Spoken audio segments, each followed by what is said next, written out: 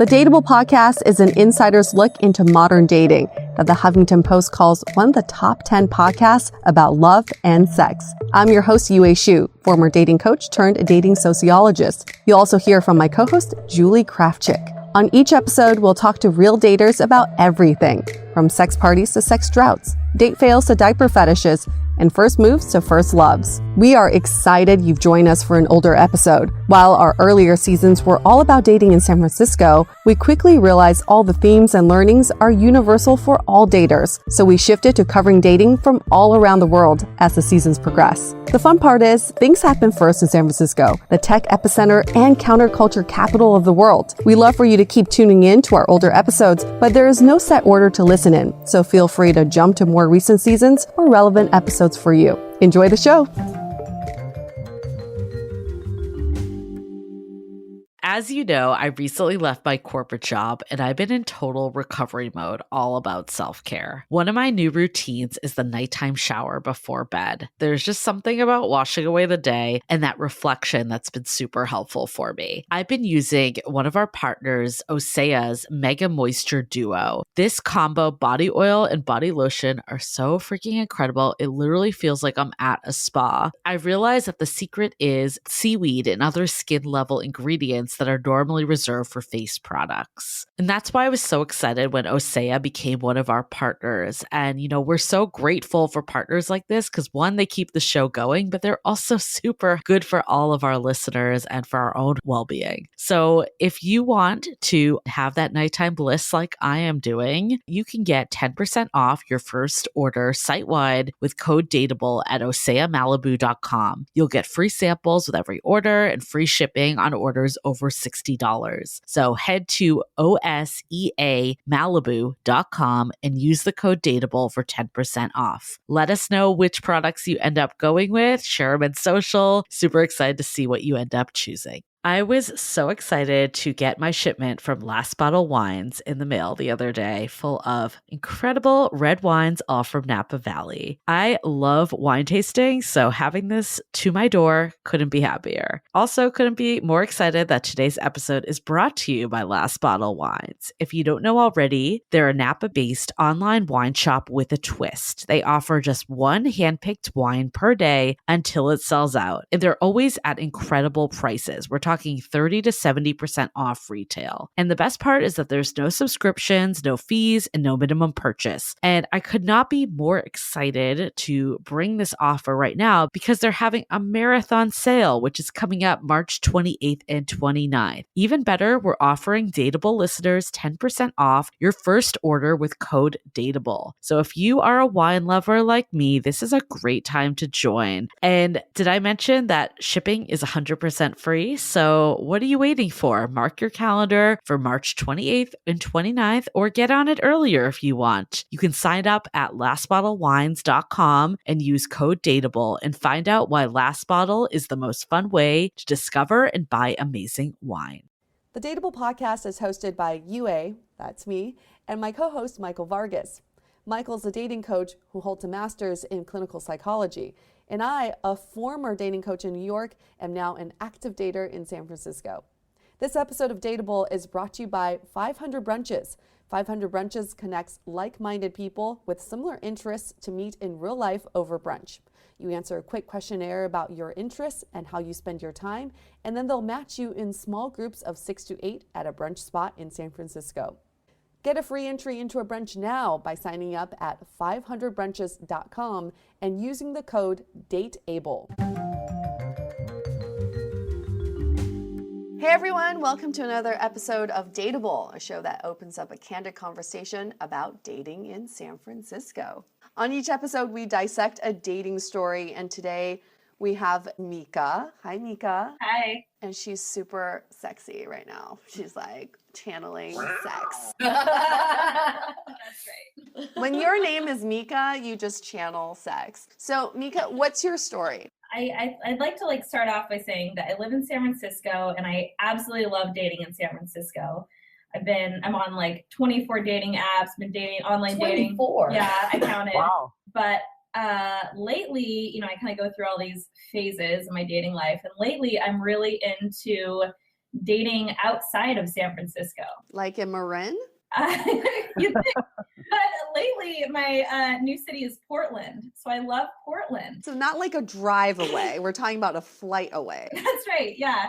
So, some people, they like travel for work, but I travel for dating. What really appeals to me is that they're not into the crazy app dating, online dating thing quite like some other cities like San Francisco. It's kind of more the city vibe. Everybody's like dating all over the place. They've got a little bit more of that monogamous feel to dating, more romantic. How did you discover Portland's dating? Well, I discovered dating in Portland when I was going up there for a weekend, and I ended up on this incredible weekend trip where I went on 3 incredible dates in a row. How did you meet these guys? Through the 24 dating apps that you're on? Yeah. I chose OkCupid for that weekend to focus on. Oh, good. You got focused. Yeah, so I actually have now a profile just for Portland. So I want to know why the guys in Portland are so amazing. Well, this weekend that I went up to Oregon and I went on 3 incredible dates. The first one was amazing. The second one was phenomenal, but the third one blew my mind. So this is all in the course of a weekend, not like a day. Right. Okay. Yeah, it was Thursday night, Friday night, Saturday night. Damn, girl. All right. Yeah, so my story is that on Saturday, when I was leaving my other date, we had gone rock climbing and it was a lot of fun, but I was just ready for the next episode in my OKC adventure in Oregon. So I was actually carrying this really big backpack because I thought like, oh, well, if I don't, if the date's not that great, I'll just go camping or something. It was summer in Oregon, so I've got this big backpack with me, and he tells me to meet him at a bar. There was this really great music, and when I walked in, right away, I saw him. He was standing there, and it was kind of like, how there's just some people that are just like, their energy's just really loud, and you just like, there's all of a sudden, there's nothing else in existence. That's how I felt when I first walked into this bar. There he was. I feel like that's how I am with John Cusack. If I ever saw him at a bar, all music would stop. Yeah. Okay. It was just like that. So I saw him and he was super attractive, and I was immediately like, so much like energy was happening in my body. And I walked up to him and he was like, nice backpack. Are you homeless? Nice. Is that a pickup line? So anyway, we had this intense like sexual energy happening right away, even though, the situation. So anyway, so we sit down and we are just like so infatuated with each other that I don't think we had any real conversation. It was just like, gibberish. It was like a visceral feeling. Yeah. So Yeah. you had butterflies. Oh yeah. You were tingly down there. Yeah, which I love because it's hard for me to get nervous on a date. Okay, so the date proceeds, and then what happens? We talk and, then, we go to a dinner and we go somewhere else. And then, finally he's kind of like, so, he tried to be romantic about it. And he's like, we could go and drop your backpack off. At the shelter. And so anyway, we're at his house, and it turns out his house is incredible. He like owns his house and he lives there by himself. It's Portland. So in very typical Portland, he's got his garden out back, and it's this gorgeous garden. So he's like, oh, we could go and like make a campfire in my garden. What? Can you right, exactly. Does that happen in San Francisco? This is so Portlandia. It's not even funny. So we go out into his garden, and it's like super incredible, and we've made this campfire, and then all these things happen in the garden. One thing that was like super memorable was he's telling me about his plants and how he uses them for the different dishes he makes, because he was like a chef for like I don't know how many years. And then one thing he does is he goes over to these amaranth flowers and he has me hold out my hands, and he has them rub the petals, and all these seeds fall out. And then he blow the petals away, and there's all these like shiny black seeds, and he just like tells me to like keep them for later. And then it started to rain, Of course. and then he just kisses me. Fucking amazing. Because we're just out there in the rain and it's in your hand. Yeah. So that was super incredible. And I stayed the night there. Oh, and it was bounce amazing. the You were So we're planting those seeds, just planting those seeds. First date sex is not always incredible. Most of the time it's not. Most of the time it's not. So when you're able to have that physical chemistry and it's the first time you're meeting somebody, it's kind of like mind-blowing. Yeah. Then I had to leave the next morning to go back to San Francisco, and I just totally thought that I would never see him again. And kissed him goodbye and was just like so sad. The after story to that is that I ended up telling him about my Maui retreat, and he came along to my retreat with me. Okay. And that was also incredible in its own way. And we spent a week together after the retreat, and he doesn't really like to text, so I haven't really seen him since. Wait, hold on, back up. First of all, when you date remotely like that, do they know that you live in San Francisco? I'm pretty mysterious when I date. Oh. So you really are homeless when you're dating. You're like, I could be anywhere in the world with my backpack. I just say I'm on an adventure. So they have no idea if you live there or not. Well, I might tell them where I live. I don't tell many things on a first date. Do they ask? I guess they might ask that, but the thing is, like, there's so many things that happen on a first date. People are so nervous on a first date. People don't listen on a first date. It's true. And so they might ask me, and I'll probably detour the question, or I might say, oh, I love Portland. They come up here a lot. Oh, I love Portland guys. Or I'll just start talking about them. If you were to go somewhere else, would you ask him to come again? Like if you're going to, I don't know, a retreat in Florida or something, would you have him come along? Oh, definitely. I mean, yeah, I like him a lot. Because one of the things you're bringing up that I've heard from a lot of other people is sometimes we get these relationships in our lives that are for a particular purpose, right? It's not like the end all be all relationship, or it's not just a one night stand. Totally. I think of all relationships, dates, every interaction I have in my life, like a little story. So like beginning, middle, and end, and it feels very complete. So whether that's like a first date, often when I go out on great first dates, I call them first date stands. It's just like a really great time. And then I maybe never want to see them again. Wait, but why? Well, because that was just the amount of time that I wanted to hang out with that person. It was really interesting to meet them. Maybe I do want to see them again. But don't you want that to last? So it turns out, like, after the retreat, I was able to spend a lot of time with him. And then I was able to think about the things that, I kind of have 5 values that I look for in a partner.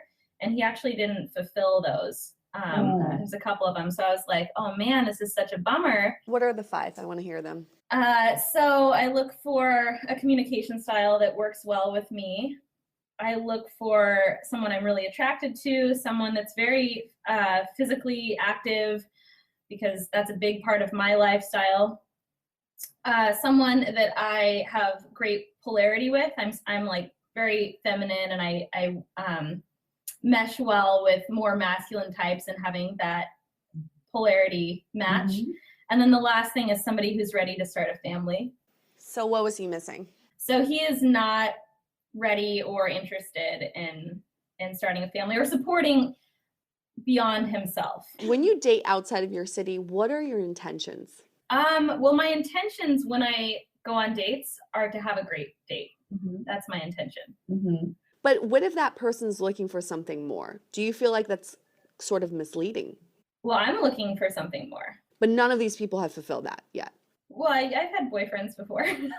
Well, right, but I'm talking about the recent ones. Well, I mean, I see them. Another one from Portland just came down to visit me. So, I mean, I'm not like, I feel like anyone who lives in a city doesn't feel stuck to their city anymore. I feel like it's totally possible to just like live or have a relation, or I mean, date or have a relationship with somebody who lives somewhere else. That's the plus side of online dating. It really opens up your world, right? It does. And I have a lot of friends in San Francisco who import boyfriends or girlfriends, quote unquote. A lot of them like to date in Arizona. That's supposedly a very popular state. There you go. You got to infiltrate that one. But you haven't given up on San Francisco. You're No. basically doing this in addition to dating in San Francisco. Well, Right, 24 apps plus new cities. That's a lot to juggle. I do just want to note that I love importing boyfriends. I actually imported my husband here.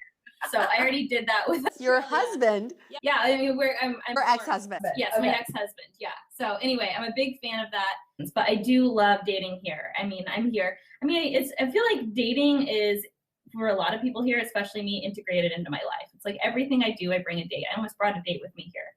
I went on 2 dates That would have been today. amazing if we got a first date. What is it that brings you to date so much? Besides just really enjoying dating, I'm an introverted person, and so I really like connecting one-on-one. So I think it works really well for me to find somebody who it looks like I'm going to have a match with and then spend some time getting to know them. But are you looking for consistency, or are you just looking for awesome first dates? You know, some people just date for the sake of dating because it's fun, meeting new people. Oh, no, I definitely want a relationship. But what's going to make someone stick? Because I have a girlfriend in New York who's had over 5,000 matches on Tinder. Okay, I know this is just one app. But she's now addicted to going on first dates. I mean, she'll schedule 3 first dates in a day. And it's gotten to the point where she's like, I don't know what I'm looking for anymore because I just have fun on these first dates. Rarely do they convert to second or third dates. Is there a point where going on too many dates gets a little too much? Maybe for some people, but I'm a super intentional person. I know exactly what I want, and I always get that. For me is that I remember for a while I was going on a bunch of different dates and it was just exhausting. Like it was like a part-time job, and I already had jobs. And it gets expensive for men and women. Personally, I just bring the dates along into my life, and that's unless they can wow me with some date that they're going to plan. But I just post on Facebook. I convert all my all the good ones to Facebook. Convert them. It's like a funnel of our You got a dating funnel. Well, I have a little filter, of course, for my online guys that I meet and want to send them to Facebook. That's part of the funnel. Apparently, a lot of people don't do that. I don't know why. But anyway, and then so if I'm like going to Tahoe, I just post on Facebook who's going to Tahoe this weekend, and what do you know? 10 different OkCupid guys from the past few years message me. I'm like, I'm going to Tahoe. You need a ride? I got a place to stay. You need to go grocery shopping? What you're doing, MIkka, is you're seamlessly integrating these guys into your life. So you're actually not pausing your life to meet up with them. I mean, it's very rare that a guy has this incredible like date idea that I'll like cancel my plans and like do the idea. But like generally I give them a couple hints and give them, let them try and have an idea, but generally they suck. And so I'm like, well, I'm doing this thing. And they're like, whoa, that's cool. And so they just come along. So that's usually how it goes. Wait, Michael, I want to hear your opinion on this. What if you met a girl online, you want to go on a first date with her, and she's like, yo, I'm going grocery shopping. Do you want to meet me at Safeway? I don't know. Like I think that kind of, it just seems as if though she brings me into like her errands.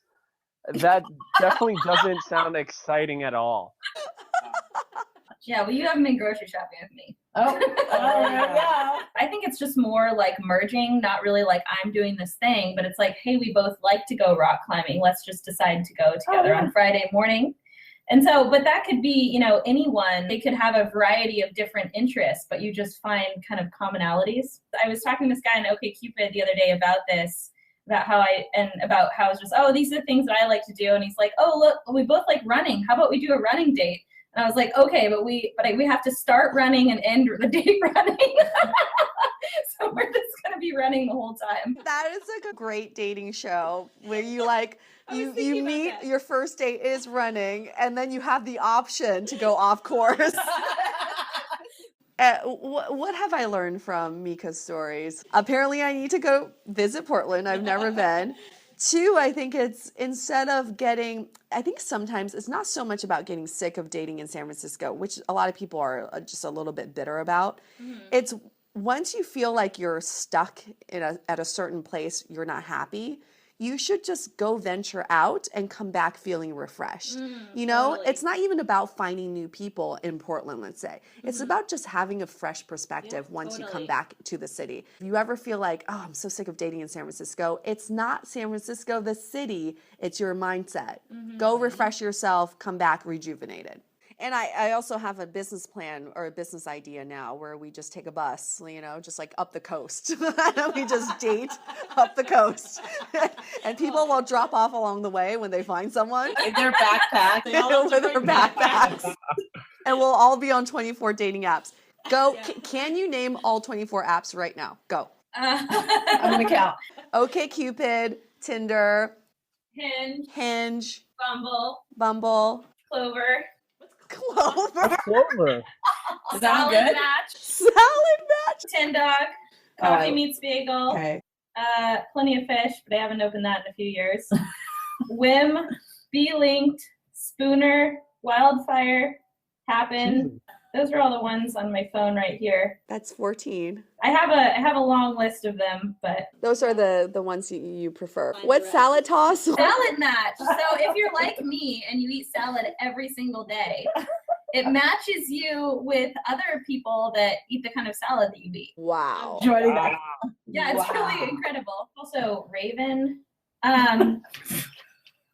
What's that?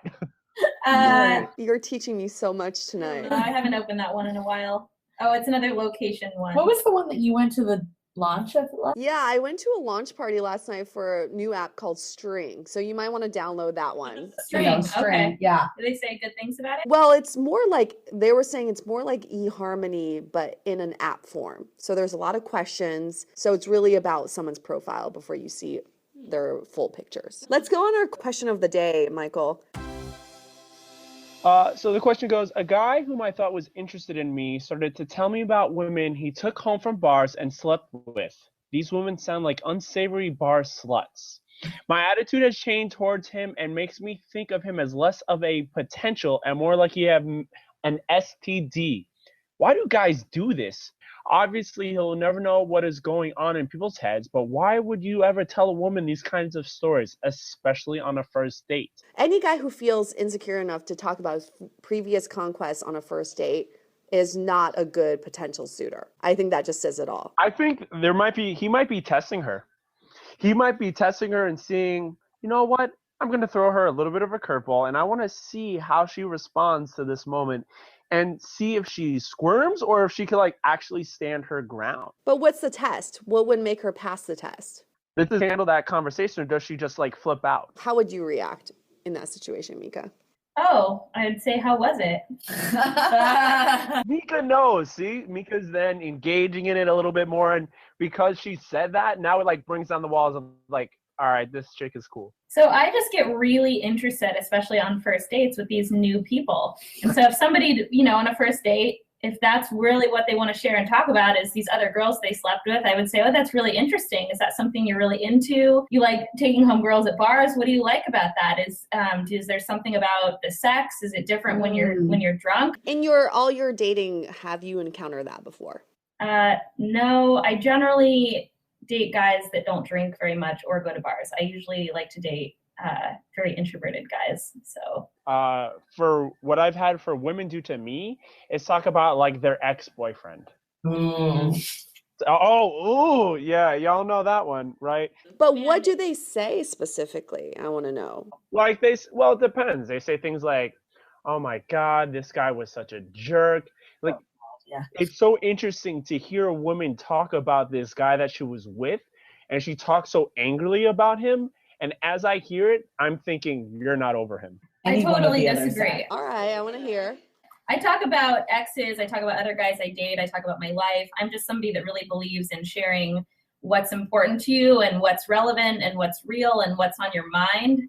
And that can lead to really genuine interactions. And I don't see any problem with sharing about you've been dating or somebody that you dated or reminded you of a situation. Of course, if you reflect to it like it was this horrible negative thing, then that's going to turn the conversation negative. I have a question for you, Mika, because I thought I heard earlier you said that you don't like talking about you for the first dates.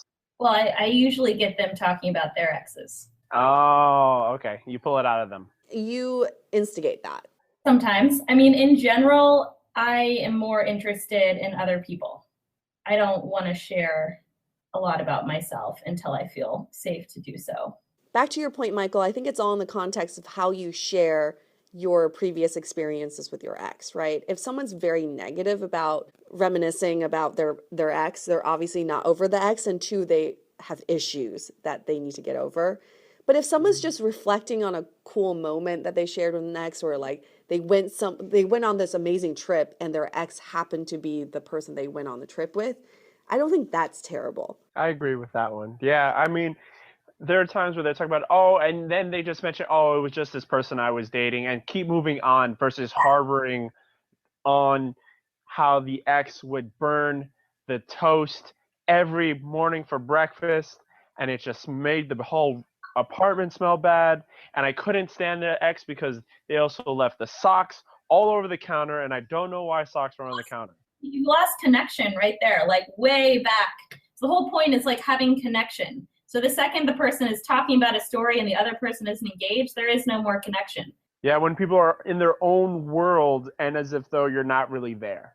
And so back to our question of the day, I would say to this person, if you encounter a guy who loves talking about his previous conquests, entertain him, be curious, ask him lots of questions, and just never see him again. Or get to the root of why he's doing it. What are his motivations for doing that? One of the things that people love, or an expression that I really like, is to understand before being understood.